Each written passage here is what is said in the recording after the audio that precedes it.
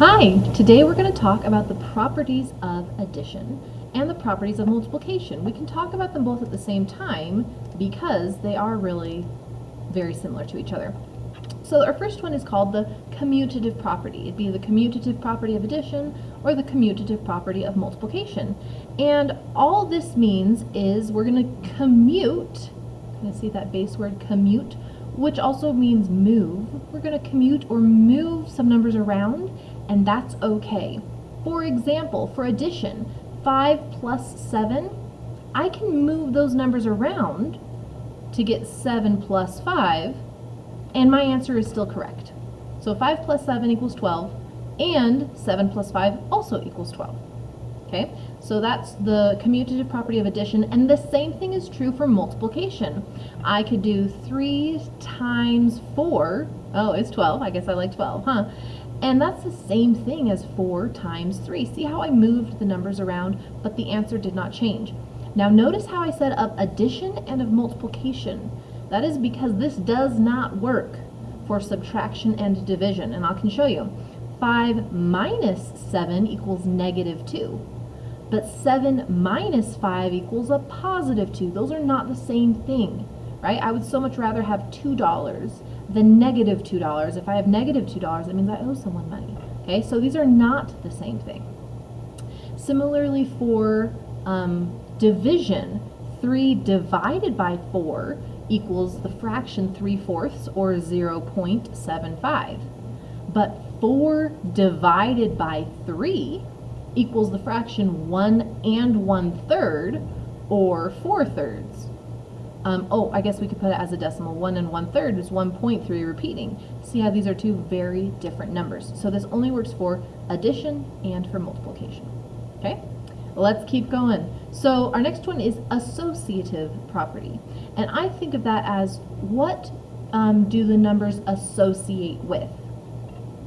And that's going to look something like this. Maybe I have 5 plus parentheses 3 plus 2, close parentheses. That 3 and that 2 are in parentheses, they're grouped together, they're associated with each other. Well, with addition and multiplication, it's okay to move those parentheses because 5 plus 3 plus 2 is going to be the same thing as 5 plus 3, close those parentheses, plus 2.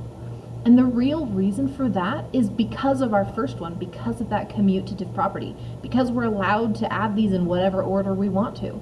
So our first one says we're supposed to add 3 plus 2 first, which is 5, and then 5 plus 5 is 10. Our second one says we need to add 5 plus 3 first, which is 8. Well, 8 plus 2 is still 10. So it's okay whatever order we want to add in. The same is true for multiplication. Let's say I have 4 times 8 times 2, well, that's going to be the same thing as 4 times 8, in parentheses, times 2. Okay, the next is identity. There's one for addition and there's one for multiplication, and in this case they are slightly different from each other. Identity means the number keeps its identity, it stays the same. So for addition, the number 7, the only thing I can add to a 7 to keep its identity, to keep it the same, to keep it as a 7, is a 0. So the identity property of addition is that if you add 0 to something, it doesn't change the number, right? Pretty common sense, but they put a property with it.